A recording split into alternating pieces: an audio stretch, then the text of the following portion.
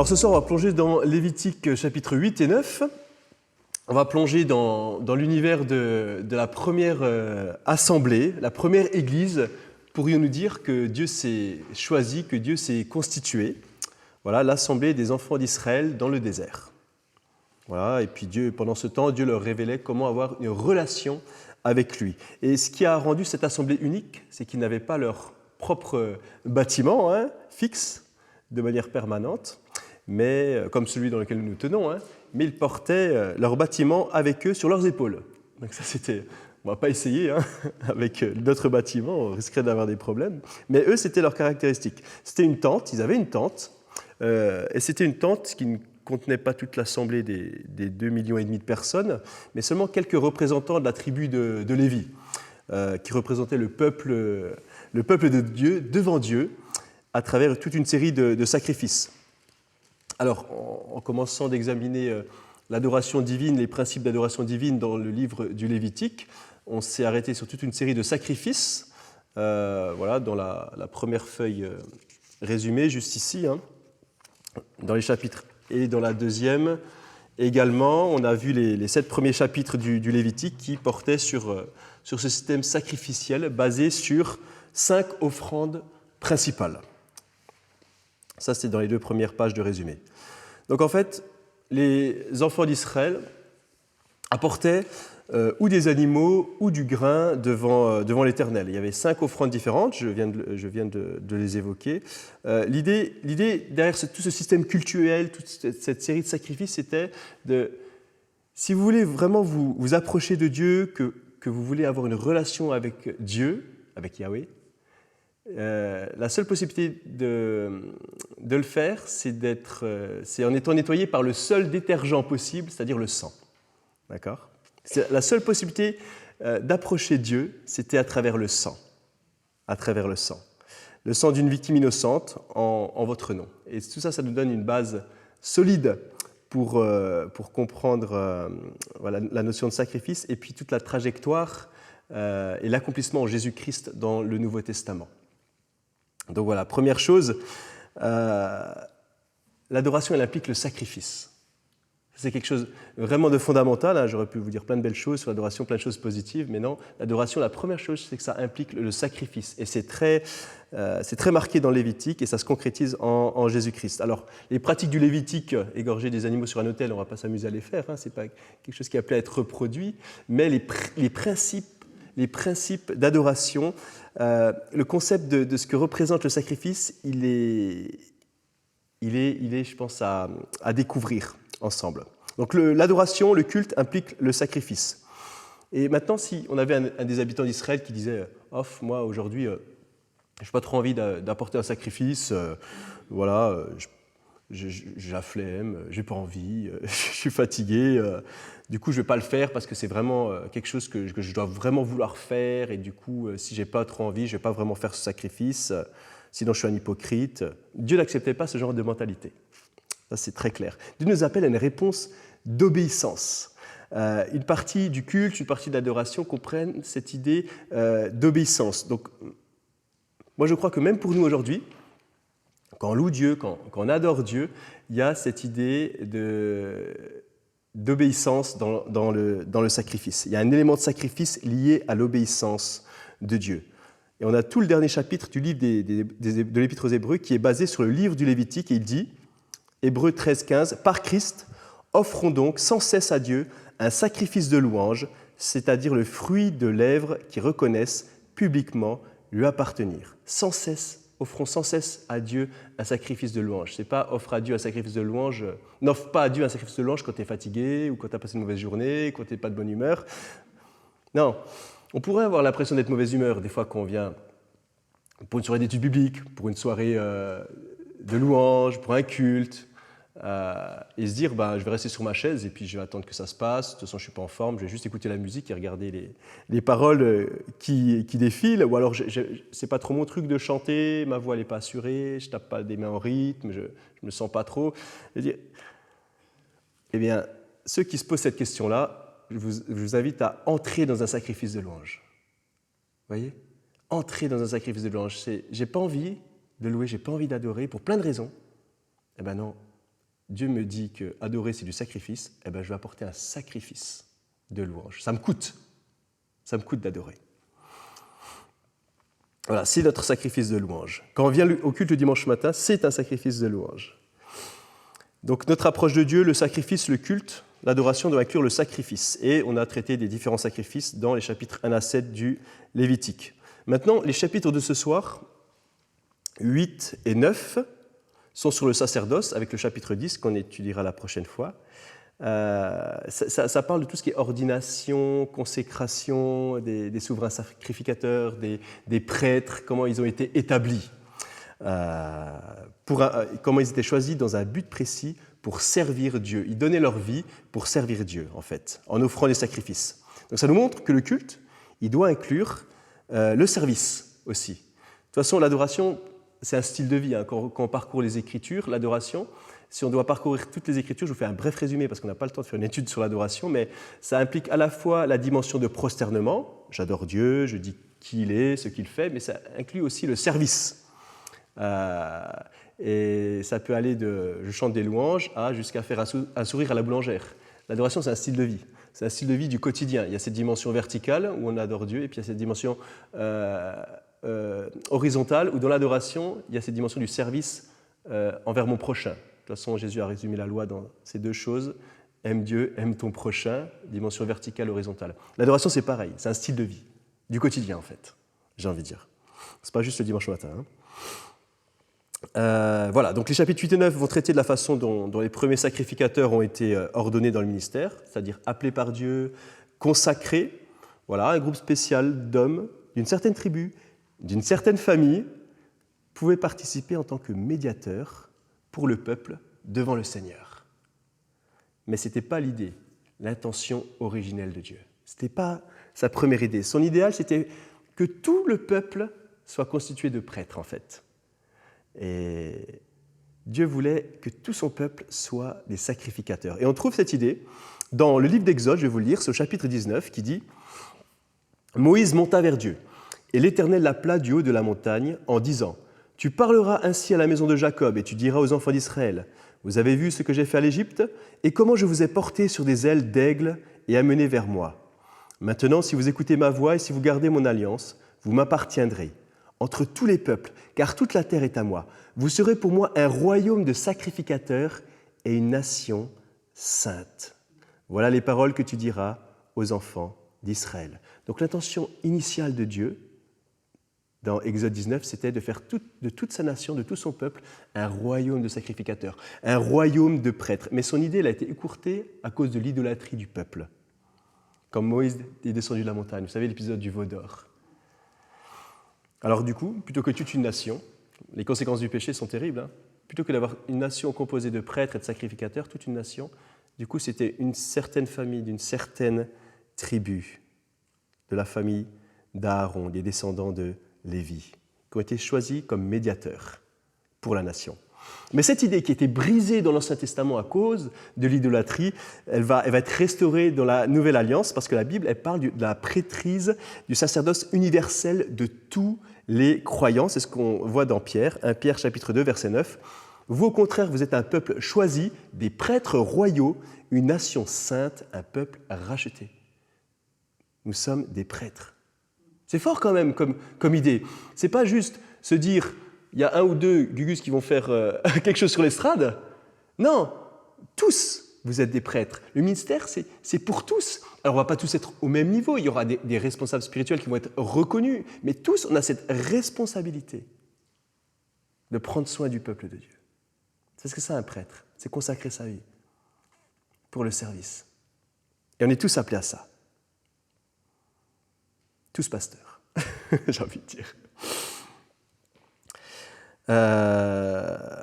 Voilà. Et que du coup, comme pour avoir une approche de Dieu, on n'a pas à aller chez le prêtre, on n'a pas à aller chez un clergé, chez un pasteur, on n'a plus à passer par un sacrifice. Tout ça a été basé sur l'Ancien Pacte. Ce qui prédomine maintenant, c'est la Nouvelle Alliance, voilà, à travers le sacrifice de Jésus-Christ qui nous réconcilie avec Dieu par Jésus. Alors on va plonger maintenant dans le chapitre 8, véritablement. On va lire les premiers versets, les 3 premiers versets. « L'Éternel dit à Moïse, Prends Aaron et ses fils avec lui, les vêtements, l'huile d'onction, le taureau expiatoire, les 2 béliers et la corbeille de pain sans levain, et convoque toute l'assemblée à l'entrée de la tente de la rencontre. Moïse fit ce que l'Éternel lui avait ordonné, et l'assemblée se réunit à l'entrée de la tente de la rencontre. Moïse dit à l'assemblée, « Voici ce que l'Éternel a ordonné de faire. » Alors quelque chose que j'aimerais que vous notiez peut-être, 2 fois dans ce que je viens de lire, dans ces versets, il y a le mot « ordonné ». Ordonné, c'est cité 20 fois dans les chapitres 8, 9 et 10. Ce n'est pas pour rien que c'est répété 20 fois. C'est dit, par exemple, l'Éternel l'avait ordonné, comme l'Éternel avait ordonné. Voici ce que vous faites. Voici comment vous le faites. Faites ceci, c'est ce que je commande. Et c'est un principe important qui se retrouve dans le Nouveau Testament. Le Seigneur donne ses ordres, le Seigneur donne ses directives finalement. Par exemple, on n'a pas besoin de deviner quelle était l'intention de Dieu pour l'Église. On a tout le Nouveau Testament où Jésus dit qu'il bâtira son Église. On la voit se bâtir dans le livre des Actes, dans toutes les épîtres de Paul, avec Paul qui donne des principes pastoraux, etc., de leadership. Et moi, je souhaite vraiment que les églises d'aujourd'hui, elles reviennent au modèle des églises du 1er siècle après Jésus-Christ, des rues de Jérusalem du 1er siècle, des églises du Nouveau Testament, comme le Seigneur l'a commandé, des équipes de ministères qui travaillent ensemble pour faire avancer l'Évangile. Paul, il avait tous ses collaborateurs avec lui, il établissait des anciens, il établissait des responsables. L'idée d'un homme à la tête d'une assemblée, c'est pas l'enseignement du Nouveau Testament. C'est pas l'enseignement du Nouveau Testament, vraiment. Des équipes qui travaillent ensemble, en réseau, pour retrouver une pleine efficacité dans le ministère, pour faire avancer l'Église du XXIe siècle, toujours plus dans ce que Dieu a prévu. Vous savez, il y a beaucoup de modes. Quand les gens sortent pour leur ministère et commencer leurs églises, ils essaient souvent de suivre la nouvelle mode en vigueur. Eh bien, c'est pas mal ce que fait cette personne-là, ce groupe-là, puis en même temps, avec les réseaux, maintenant, on voit tout ce que tout le monde fait. Donc, voilà, on regarde un peu les uns les autres, et puis on se dit, par exemple, pour faire une nouvelle église, on va peut-être commencer par faire un site web hyper stylé. Voilà. Ça peut être, je dis des bêtises, je dis des choses comme ça des fois, mais des fois, c'est pas si éloigné que ça de la réalité. Voilà, on va commencer une église, on va tout mettre sur la com. Ce dont nous avons vraiment besoin, c'est plus d'hommes qui passeront du temps sur la montagne, avec Dieu, comme Moïse. Et ensuite, ils auront une idée de ce que le Seigneur ordonne, commande, et ils sortiront avec foi et feront ce que Dieu dit. On a besoin d'hommes comme ça, et de femmes comme ça. C'est ce que l'Éternel a ordonné. Moïse n'a pas dit, Seigneur, pourquoi faire tous ces sacrifices? À quoi ça sert? Pourquoi on doit faire ça, franchement? Et il y a quelque chose qui est intéressant à propos du livre du Lévitique. Dieu dit, faites ces sacrifices. Il ne dit pas pourquoi. Il dit peu pourquoi. Voici le sacerdoce. L'adoration, c'est comme ça que vous faites. Il ne leur dit jamais pourquoi. Mais faites-le, faites-le. Vous voyez, il y a un moment donné où on arrive dans une relation avec Dieu où c'est basé sur la foi. Des fois, on ne sait pas toujours pourquoi. On sait juste ce qu'il dit de faire. Et des fois, on est obligé de dire, d'accord, je ne comprends pas tout, mais j'y vais avec la foi, avec la foi que j'ai. Parfois, les gens demandent pourquoi tu fais ça, pourquoi tu dis ça, pourquoi machin. Des fois, c'est juste, Dieu le dit en fait. Dieu le dit, et il ne l'a pas expliqué, forcément, mais par la foi, je communique ce qu'il dit. Alors Dieu, parfois, sans parfois nous donner le pourquoi, nous dit le quoi et le comment, et nous dit de le faire. Et ça, c'est important. Alors vous remarquerez que le Seigneur leur a ordonné de rassembler l'assemblée à la porte du tabernacle. Ça, c'est les premiers versets du chapitre 8. Je pense que vous êtes d'accord avec moi que ça aurait été compliqué de rassembler 2,5 millions de personnes à l'entrée de la tente de la rencontre. Ça aurait pu être... C'était compliqué. Voilà, je veux dire, il y avait des mamans qui étaient sûrement à 1 kilomètre. Le camp s'étendait à perte de vue. Donc c'était sûrement les chefs de clan, les chefs, les représentants de chaque groupe, de chaque sous-groupe qui ont dû se réunir pour représenter la nation devant le tabernacle. Voilà, tout le monde ne pouvait pas, pour différentes raisons, assister à ce fameux service d'ordination du début du chapitre 8. Et Moïse dit « Voici ce que l'Éternel a ordonné de faire. verset 6. Il fit approcher Aaron et ses fils, et il les lava avec de l'eau. Donc, dans la cour extérieure de cette enceinte, c'est peut-être plus visible sur le premier résumé, vous avez une image là du tabernacle. Au niveau de cette image, vous avez la cour extérieure de cette enceinte. Autour du tabernacle, il y avait un autel de sacrifice en bronze, et non loin de là, il y avait un bassin ou une cuve en bronze. C'était en fait pour le nettoyage du prêtre, cette cuve, pendant qu'il faisait des sacrifices d'animaux. Mais probablement que l'eau, pour cette première ordination, elle a été utilisée de la cuve, en fait. Où Moïse, on va voir que Moïse nettoie de manière cérémonielle les prêtres devant tous les représentants des tribus d'Israël. Ensuite, verset 7. Donc après les avoir nettoyés, il les habille quelque part. Il a mis la tunique sur le grand prêtre Aaron, c'est ce qu'on lit au verset 7. Il mit à Aaron la tunique et il le ceignit de la ceinture, il le revêtit de la robe et il plaça sur lui l'éphod, qu'il serra avec la ceinture de l'éphod dont il le revêtit. Donc l'éphod, sur votre résumé 3 des chapitres 8 à 9, c'est la partie d'habillement violette là, que vous voyez sur le grand prêtre. Voilà, donc on a dans Exode 28, 39, on a vraiment les détails de ce qu'est l'éphod. Je vais aller vite parce que ce n'est pas le cœur de ce qu'on veut faire, mais il faut quand même donner quelques éléments intéressants. L'éphod, il faisait partie de la tenue officielle, cérémoniale du grand prêtre. Il était fait, je lis Exode 24, 29, il devait être fait en or, en fil bleu, pourpre et cramoisi et en fin lin retors. Il sera fait selon l'art du brodeur. Ça, vous retrouvez dans Exode, Lévitique. Donc l'éphod était en deux parties, une partie avant, une partie arrière, attachées ensemble, avec des sangles au niveau des épaules. Et sur chaque épaule, il y avait des pierres d'onyx, une sur chaque épaule du prêtre. Et ce qui est intéressant avec ces pierres d'onyx, c'est que sur chacune des pierres, il y avait 6 noms. Et c'était les noms des tribus d'Israël, 6 noms d'une tribu, 6 noms les 6 premières tribus et les 6 autres tribus, qui étaient gravés sur ces pierres d'onyx. Et qu'est-ce que ça signifiait ? Ça signifiait que le prêtre portait sur ses épaules le peuple d'Israël. Il porte les enfants d'Israël sur ses épaules. Donc une autre dimension intéressante du ministère pastoral ou quand on exerce le ministère pastoral dans son quotidien, prendre soin des gens, c'est exercer une sorte de ministère pastoral également. Donc on porte les gens sur nos épaules. Ouais. On porte les gens sur nos épaules. Voilà.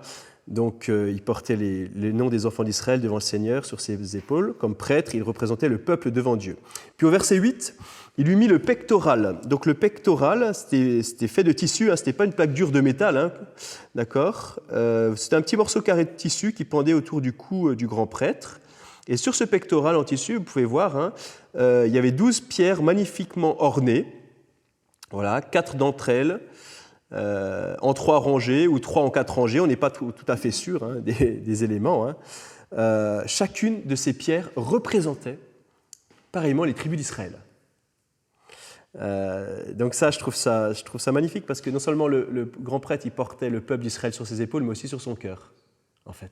Ça, c'est important. Quand on prend soin des gens, quand on exerce du pastoral avec les gens, on porte les gens sur nos épaules et sur notre cœur. Voilà. Ils portaient le fardeau de la nation sur leur cœur devant le Seigneur. Donc c'est un beau symbole que le grand prêtre porte le peuple, représente le peuple devant le Seigneur comme leur prêtre.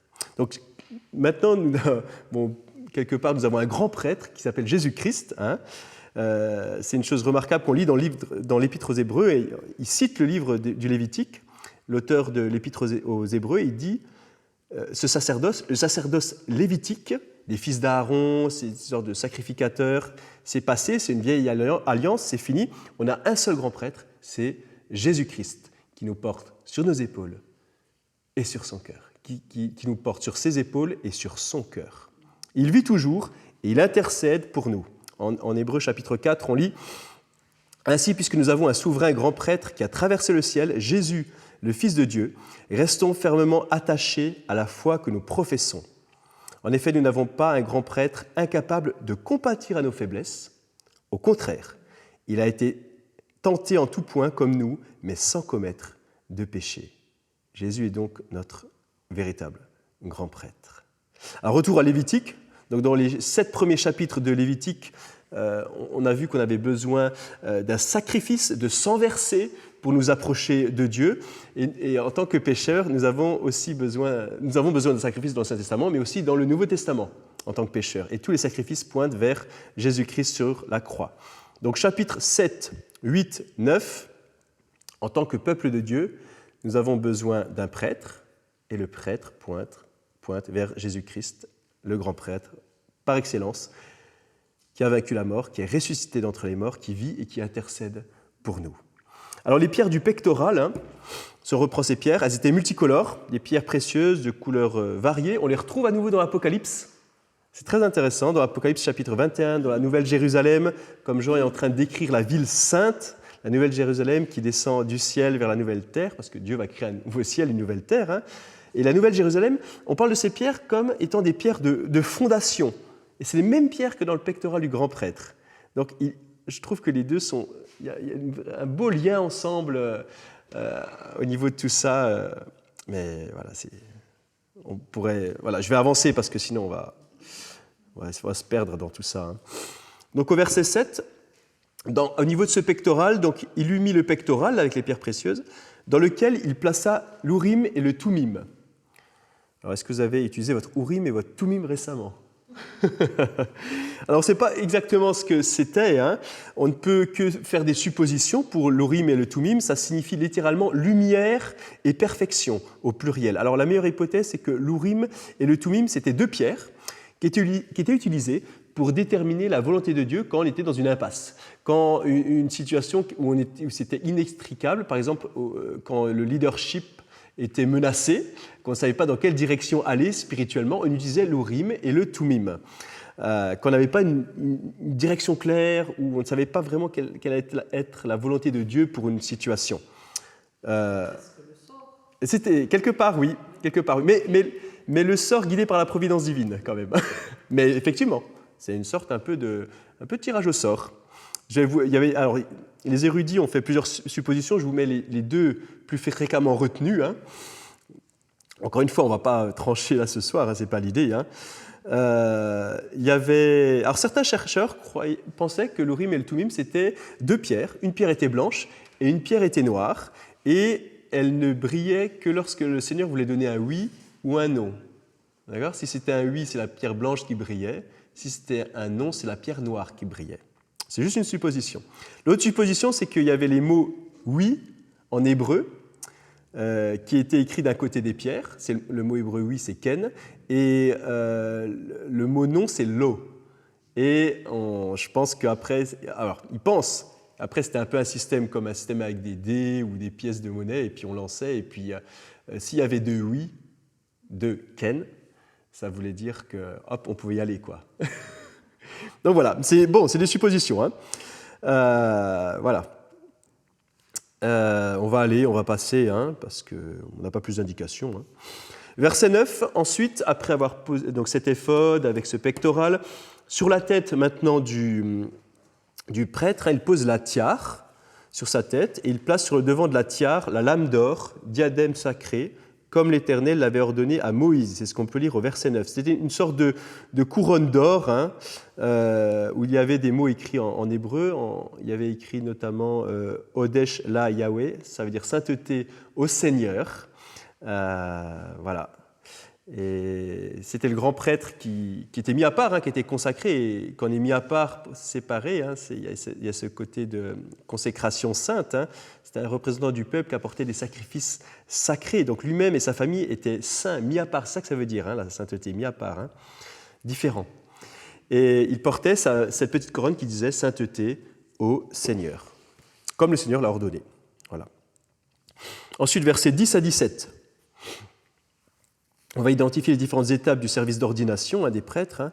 Verset 10, « Moïse prit l'huile d'onction et oignit le tabernacle et tout ce qu'il contenait. C'est ainsi qu'il les consacra.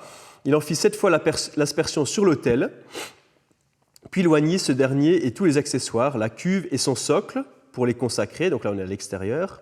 Ensuite, il versa de l'huile d'onction sur la tête d'Aaron et l'oignit pour le consacrer. Après cela, il fait avancer les fils d'Aaron, les revêtit de tuniques, leur mit une ceinture, les coiffa de turban, comme l'Éternel le lui avait ordonné. Verset 14, il fit approcher le taureau du sacrifice pour le péché. Aaron et ses fils posèrent leurs mains sur la tête de l'animal.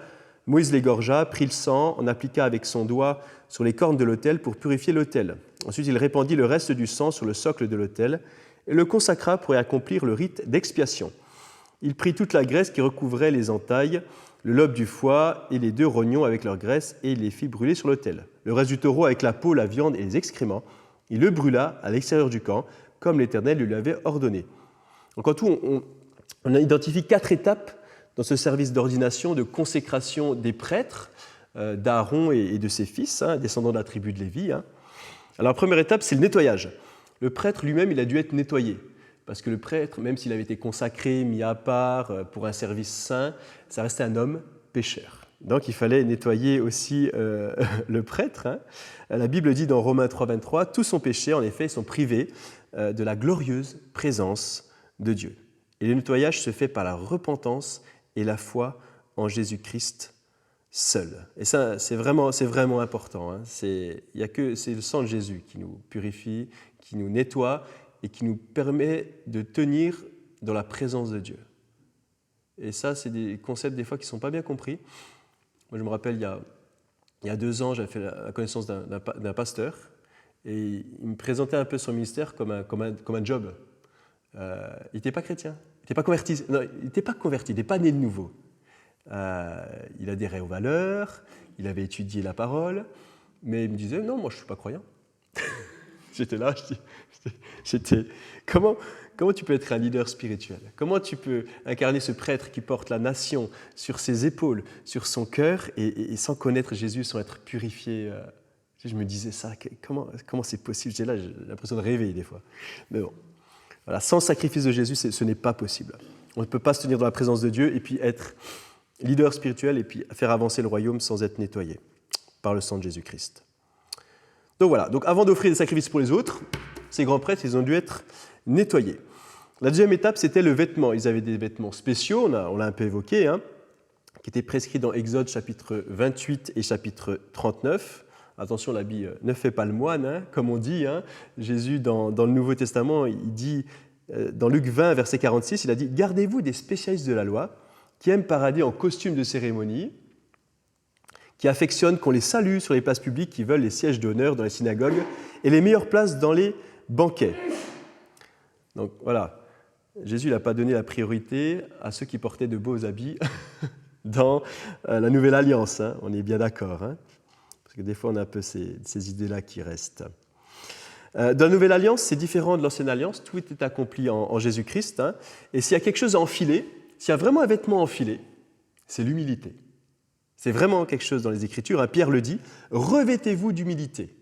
Les Galates disent, « Vous avez revêtu Christ ». Donc c'est des bons vêtements à porter, où qu'on soit, quoi qu'on fasse, qu'on soit sur l'estrade, qu'on soit en train de nettoyer par terre, qu'on soit... C'est le même mot de toute façon, le ministère de la parole ou le ministère aux tables, c'est le même mot, c'est diakonos, c'est la même racine, donc il n'y a pas plus important. Et ça, j'aime bien le dire devant caméra aussi, parce qu'on a tendance à l'oublier. Le diaconos aux tables, le diaconos à la chair, même ministère, même chose. Revêtez-vous d'humilité dans votre service. Voilà, donc étape numéro 1, nettoyage. Deuxième étape, vêtements. Étape numéro 3, consécration. Donc là, on aspergeait de l'huile un peu partout. On ne va pas revenir sur la recette. Je vous donne juste vite fait quand même. C'est une huile spéciale qui est mentionnée dans le livre d'Exode. Elle est faite avec de la myrrhe liquide, de la cannelle, du cassia, de la canne douce et mélangée dans un lot d'huile d'olive. Ça devait sentir très très bon aussi. Donc ça, c'était une huile de consécration spéciale avec laquelle on ordonnait le prêtre.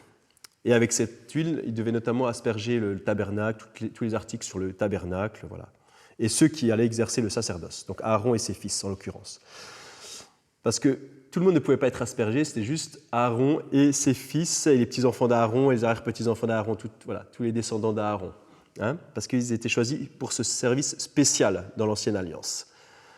Donc c'est un principe très important à l'école. Vous ne pouviez pas être de la tribu de Juda et d'Issachar et dire « Oh ben moi je ferais bien prêtre ». Et vous présenter comme ça dans le tabernacle. Non, vous mourriez instantanément, ce n'était pas possible à l'époque. Voilà, il fallait avoir un appel de Dieu, et il y avait l'appel de Dieu sur cette tribu. Alors aujourd'hui, il n'y a pas une seule tribu, pour faire le ministère. Hein. On est tous appelés à faire le ministère autour de nous, dans notre vie quotidienne. Il n'y a pas une sorte d'élite spirituelle, hein. Alors pas tous au même niveau, comme je l'ai expliqué. Hein. Mais ceux qui sont appelés, par exemple, à exercer un ministère de conducteur spirituel dans l'Assemblée doivent avoir les dons qui vont avec. Hein. La Bible parle de capacités, de caractéristiques dans leur vie, dans leur caractère. Il y a un livre que j'aime beaucoup de Spurgeon, c'est Causerie à mes étudiants.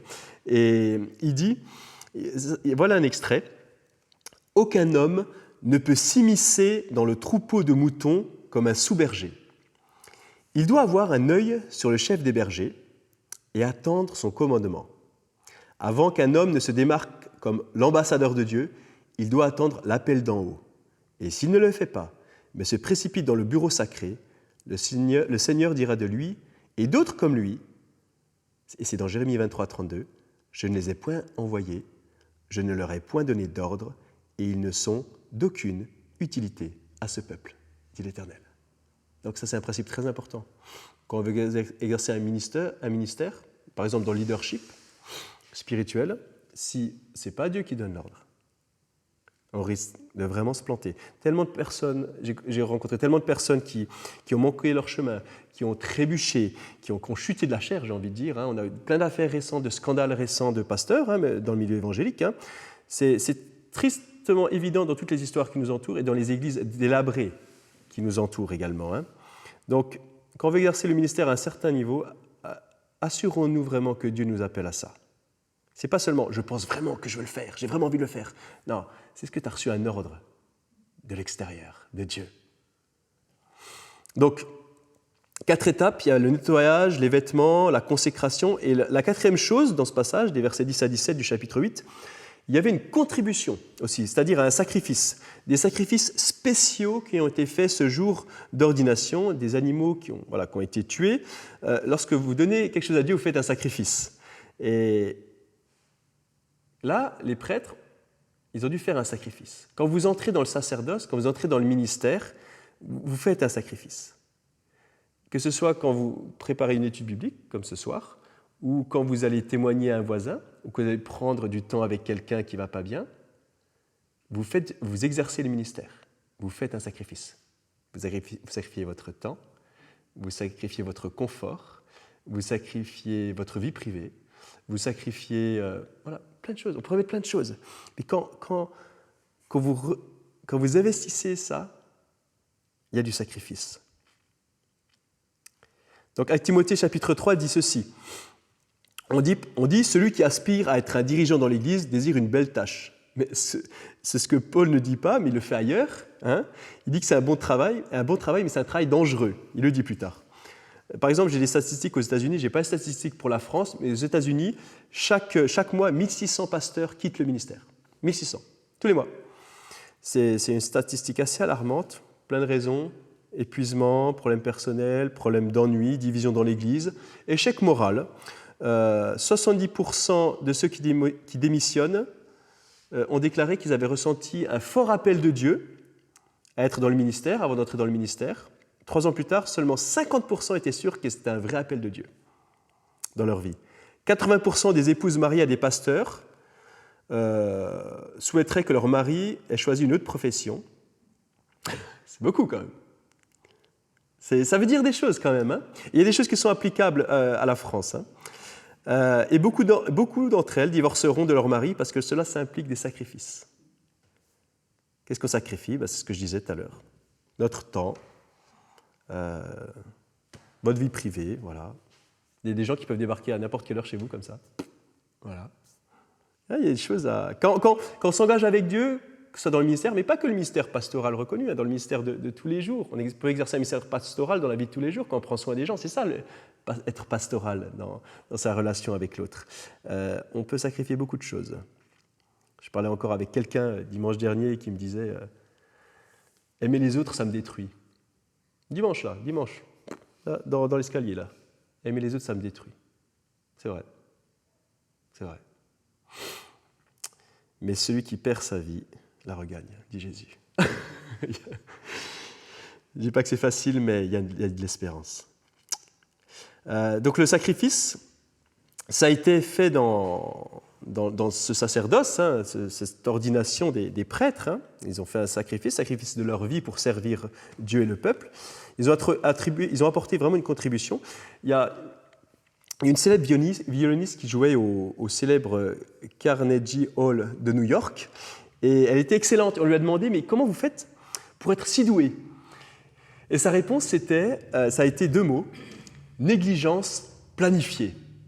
Je répète, négligence planifiée. Alors ils n'ont pas compris, expliquez-nous un peu ce que ça veut dire, négligence planifiée. En fait, elle explique en disant, j'ai planifié de négliger tout dans ma vie qui ne me rapproche pas de mon objectif d'être la meilleure violoniste du monde. Donc en fait, tout dans sa vie était négligé pour qu'elle atteigne cet objectif-là. Donc, quand Dieu nous appelle dans le ministère, hein, on est appelé à vivre une vie de négligence planifiée. Il y a des choses qu'on va devoir laisser de côté, qu'on va devoir abandonner. C'est un peu une mort à nous-mêmes. C'est vraiment une mort à nous-mêmes quand il s'agit d'aimer Dieu et d'aimer les autres au quotidien. Il y a une mort à soi-même.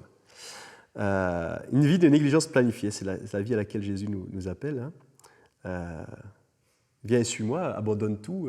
C'est assez clair avec Jésus quand même.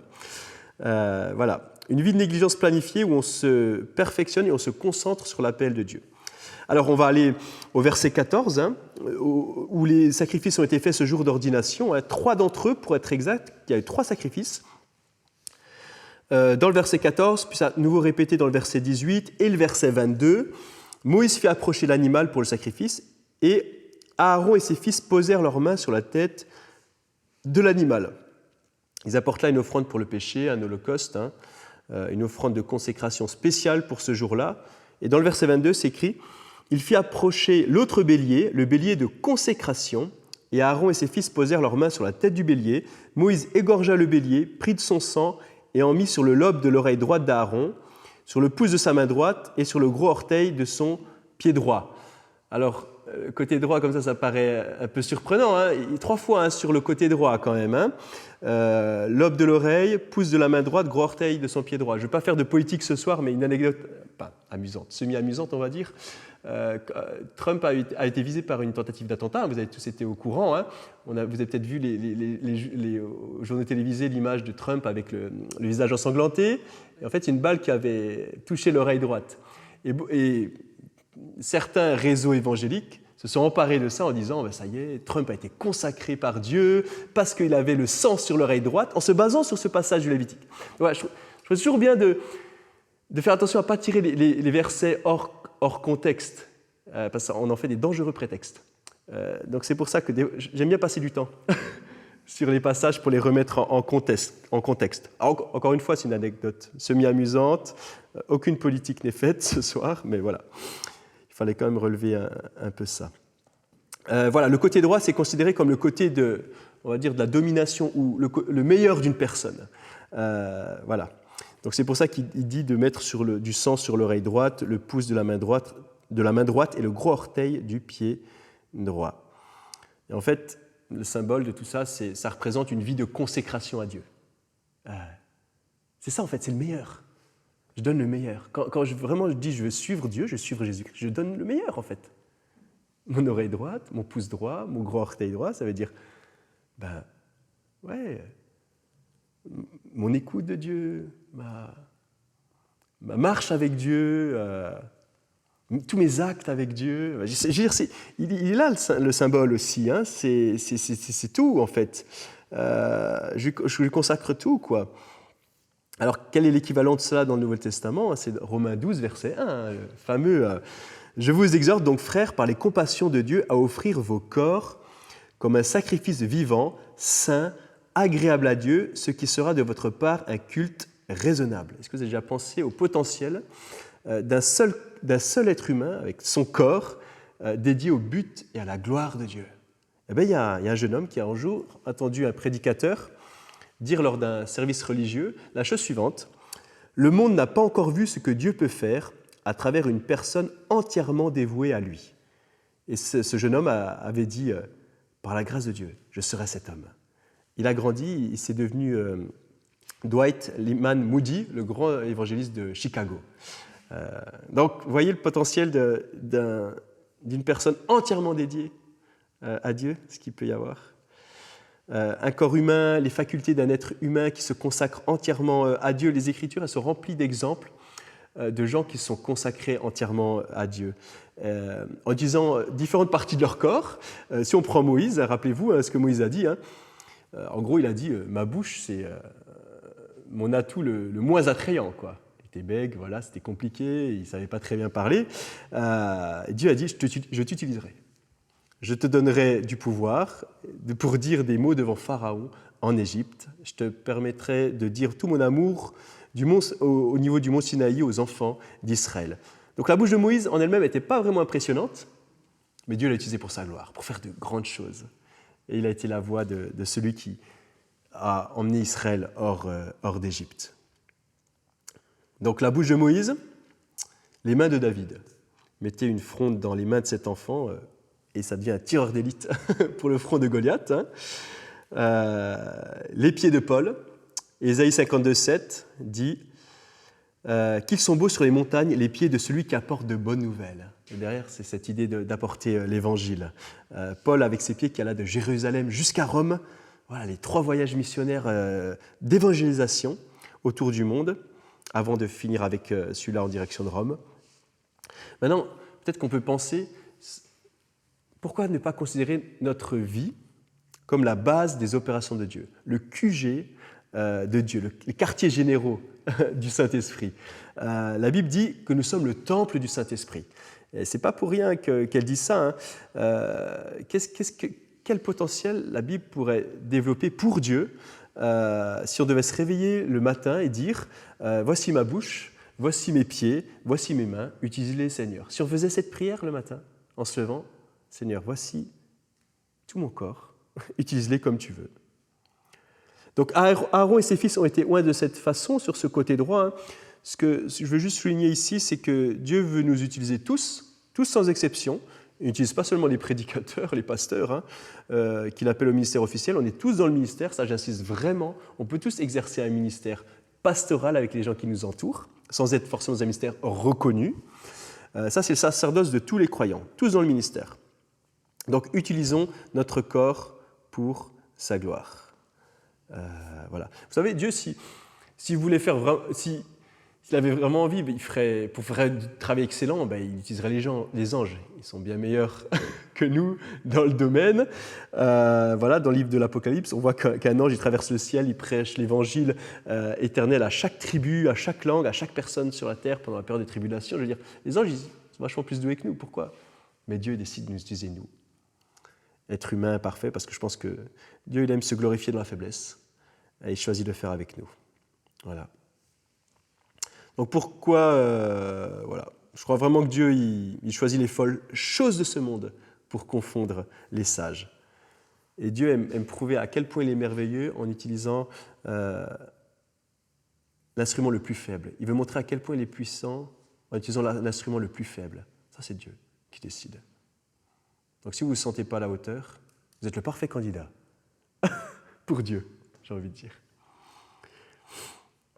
On va continuer.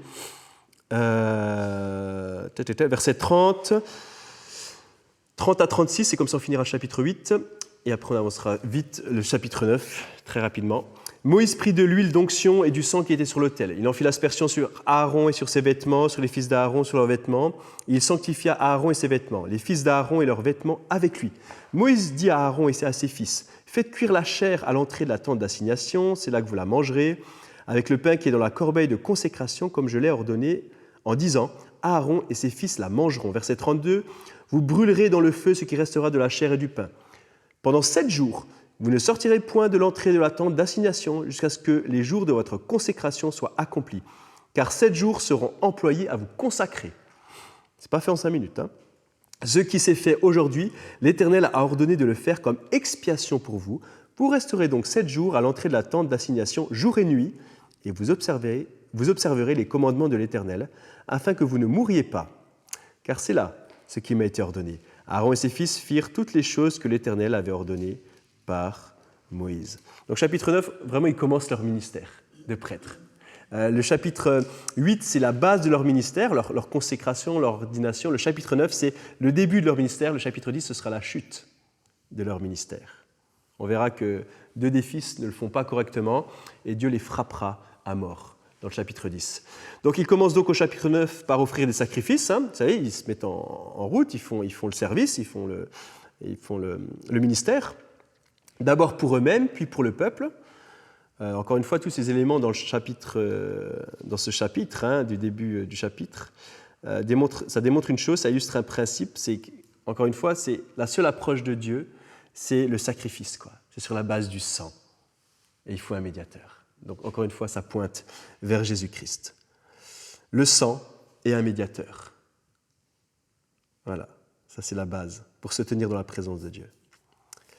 Donc des sacrifices, chapitre 1 à 7, un prêtre, chapitre 8, 9 et 10. Donc si vous voulez vous approcher de Dieu, vous avez besoin de ces 2 choses. Un sacrifice et un médiateur. Tout cela pointe vers le Christ. C'est vraiment une démonstration. C'est des chapitres pédagogiques, en fait, j'ai envie de dire, ces chapitres du Lévitique. Voilà, cette démonstration selon laquelle il faut sacrifier des animaux, présenter une offrande de céréales, et un prêtre, voilà, du sang, un sacerdoce. Donc voilà. Et il est arrivé que le 8e jour, Moïse a appelé Aaron et ses fils et les anciens d'Israël. Donc c'est le 8e jour, il y a 7 jours dans une semaine, et puis le 8e, hop, on démarre quelque chose d'autre. C'est un nouveau départ, c'est une nouvelle semaine. Ça c'est important. Ils ont dû rester 7 jours dans le tabernacle, et le 8e, tac, quelque chose se passe. 8 dans l'Écriture, c'est vraiment un nombre qui signifie un nouveau départ. Ça c'est important aussi à savoir. Le modèle 7-8, c'est très intéressant dans l'Écriture si on prend le temps de s'y intéresser. Donc le 8e jour, voilà. Donc là, quand on voit le 8e jour, tac, impulsion pour un nouveau départ. Moïse appela Aaron et ses fils et les anciens d'Israël. Il dit à Aaron, « Prends un jeune veau pour le sacrifice d'expiation et un bélier pour l'holocauste, l'un et l'autre sans défaut, et sacrifie-les devant l'Éternel. Tu parleras aux enfants d'Israël et tu diras, prenez un bouc pour le sacrifice d'expiation, un veau et un agneau âgés d'1 an et sans défaut pour l'holocauste, un bœuf et un bélier pour le sacrifice d'action de grâce, afin de le sacrifier devant l'Éternel et une offrande pétrie à l'huile, car aujourd'hui l'Éternel vous apparaîtra. » C'est une excellente nouvelle à anticiper, j'ai envie de dire. En gros, ils étaient là en mode « préparons-nous pour ce qui va arriver, les gars. Dieu va se présenter à l'Église aujourd'hui. » C'était un peu ça. Donc, vous imaginez si on avait ces infos-là, et puis préparez-vous, dimanche matin, préparez-vous, Dieu va arriver, il y aura quelque chose qui va se passer, la gloire de Dieu va venir, quoi. C'est quand même un truc assez impressionnant. Donc, verset 5, ils amenèrent devant la tente d'assignation ce que Moïse avait ordonné, et toute l'assemblée s'approcha et se tint devant l'Éternel. Le jour du début, ce jour de leur ministère, ils ont offert 4 sacrifices. Voilà, donc ils ont fait un sacrifice. Donc, quelle est la fonction du prêtre ? On l'a un peu évoqué rapidement. Je résume. Donc, il représente le peuple devant Dieu. Il porte les noms des tribus sur ses épaules, sur sa poitrine, donc son cœur. Il représente le peuple devant Dieu, le prêtre. Il offre un sacrifice au nom du peuple à Dieu. Plus tard, on verra qu'un autre ministère va apparaître. La fonction opposée, c'est celui de prophète. Le prophète, il représentera Dieu au peuple, le prophète. On verra, mais pareil pour le prophète. Je veux dire, c'est comme pour le prêtre. L'idée de Dieu, c'est que tout son peuple soit composé de prophètes. Ça se voit aussi dans le Nouveau Testament, que tous prophétisent. Je veux dire, il y avait ce cri de Moïse dans Exode, que tout mon peuple soit composé de prophètes. Je veux dire, c'est le cri de Dieu quand on lit ça.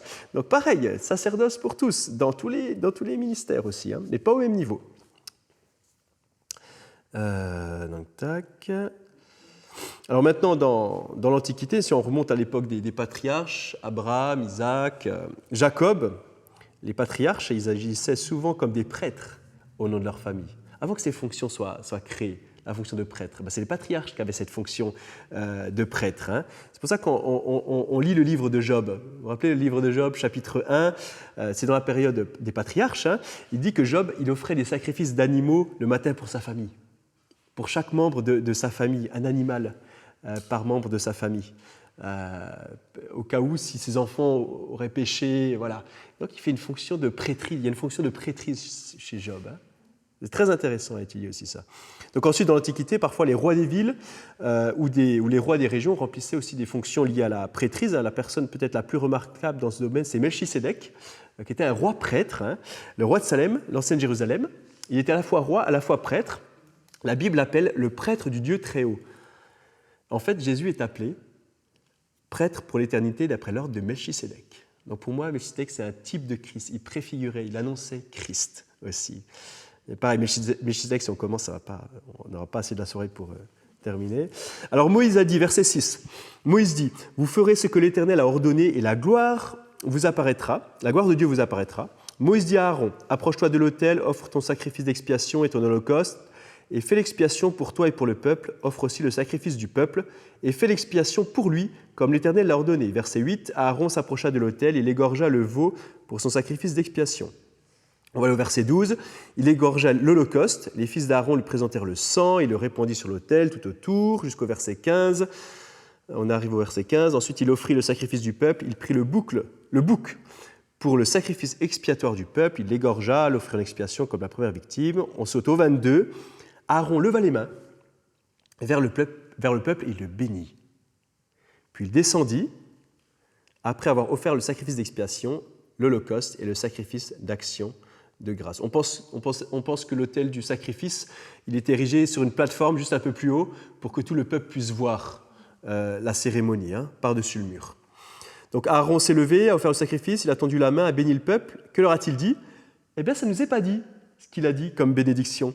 Mais dans Nombre chapitre 6, il est dit, verset 22, Nombre chapitre 6, verset 22, l'Éternel parla à Moïse et dit, parle à Aaron et à ses fils et dit, vous bénirez ainsi les enfants d'Israël. Vous leur direz, que l'Éternel te bénisse et qu'il te garde, que l'Éternel fasse luire sa face sur toi et qu'il t'accorde sa grâce. Verset 26, que l'Éternel tourne sa face vers toi et qu'il te donne la paix.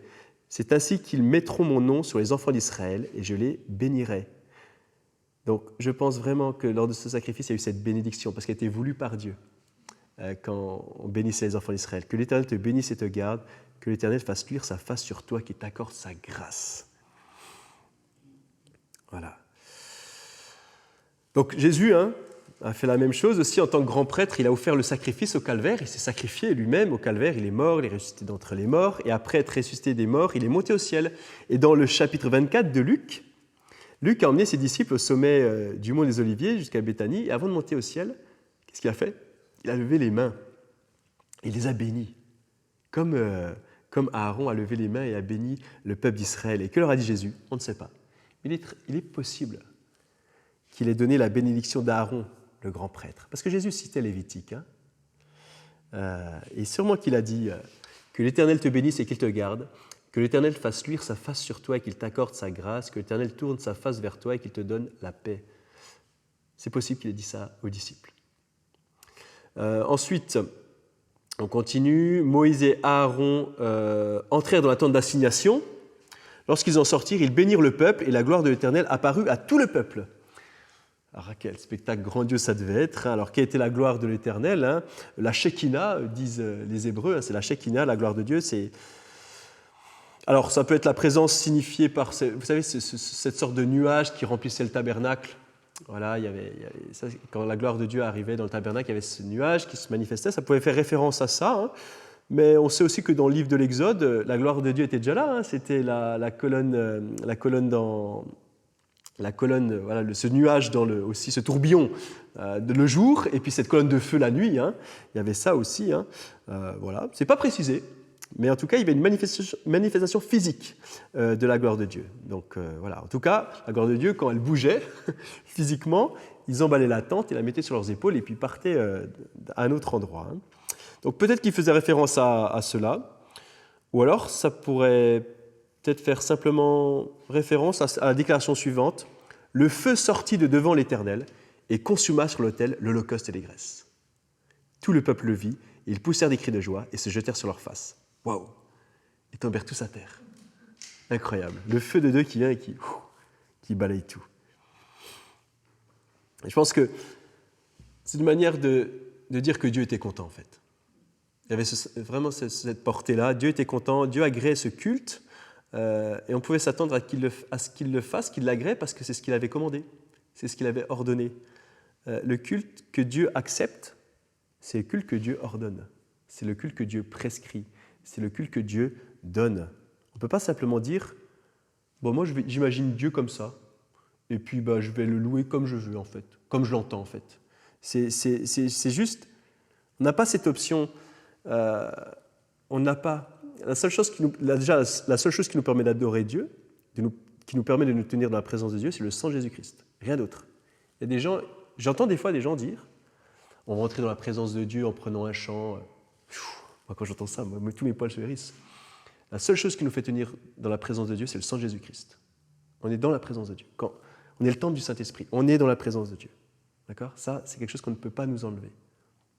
La relation peut s'étioler, peut s'abîmer, mais on ne perd pas notre position. Ça, c'est pas possible. On est toujours dans la présence de Dieu. Sinon, le sacrifice ne sert à rien. Et ça, je pense qu'on est tous d'accord pour dire que ce n'est pas le cas. Donc voilà, on ne peut pas dire « j'imagine Dieu comme ça, je vais adorer Dieu comme ça ». On n'a pas cette option. Voilà. Dieu nous dit « voici mon fils ». En gros, il nous dit « voici mon fils, c'est le seul moyen par lequel je recevrai une personne ». Voilà. C'est par Jésus. Donc voilà le modèle dans l'Ancien Testament. Le feu vient du ciel, allume le feu dans cette cour extérieure, sur cet autel extérieur, l'autel du sacrifice, il y a le feu partout.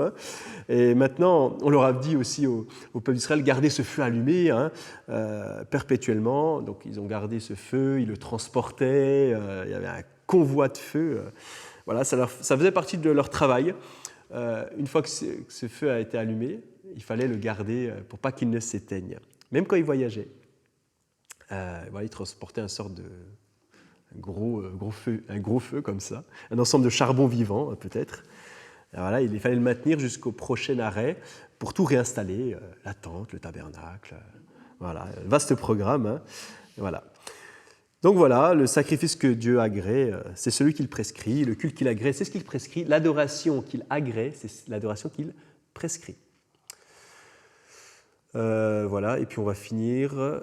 Dieu dans le Nouveau Testament va nous dire comment on peut lui parler, comment on peut s'approcher de lui, par son Fils, c'est ce qu'on dit, c'est le seul moyen par lequel il recevra quelqu'un, par Jésus-Christ. Dans le Nouveau Testament, on va finir avec ça.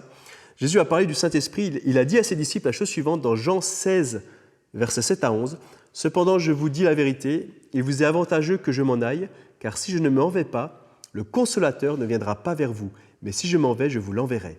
Et quand il sera venu, il convaincra le monde en ce qui concerne le péché, la justice et le jugement. En ce qui concerne le péché, parce qu'il ne croit pas en moi, la justice, parce que je vais au Père et que vous ne me verrez plus, le jugement, parce que le prince de ce monde est jugé. » Ouais. Donc lorsque Jésus est monté au ciel à la droite du trône de Dieu, après s'être sacrifié comme l'agneau, l'agneau immolé, l'agneau de Dieu pour tous. Dieu dit, en recevant son Fils au ciel, il dit, voilà le sacrifice que j'agrée. Voilà le sacrifice que j'accepte. C'est la justice que j'accepte. C'est une vie qui se substitue au péché de l'humanité. Et qui que ce soit doit passer par Christ pour l'avoir. Donc Dieu dit, je reçois cette justice. La justice en Jésus-Christ, par Jésus-Christ. Et cette justice, elle est donnée à tous ceux qui croient. Donc voilà, tout comme avec Dieu le feu est descendu du ciel et a consumé le sacrifice, signifiant que Dieu prend plaisir et accepte ce sacrifice, Jésus monte au ciel après avoir fait son propre sacrifice, accepté par le Père. Donc voilà, vous voulez aller au paradis, vous avez aussi besoin de ce sacrifice et d'un médiateur. Et il se trouve que c'est le grand prêtre Jésus qui s'est sacrifié pour les péchés du monde et qui nous donne accès à la vie éternelle. Voilà, je vais juste finir en priant. Puis après, s'il y a des questions, je peux répondre aux questions. Père, je te remercie pour ce livre du Lévitique qui nous donne des bases pour comprendre la portée de ton sacrifice, la portée de ton amour, la portée de toi, l'agneau immolé, Seigneur, pour nos fautes. Merci parce que ça nous donne une base pour l'adoration et une trajectoire sûre qui fait de toi la cible parfaite pour l'adoration. C'est vraiment ton sang qui nous permet de nous tenir dans dans ta présence, rien ni personne d'autre, ton sang seul, qui nous permet d'être dans ta présence, qui nous rachète de nos péchés et qui nous donne accès à l'éternité. Merci pour ces rappels ce soir. Dans le nom de Jésus. Amen.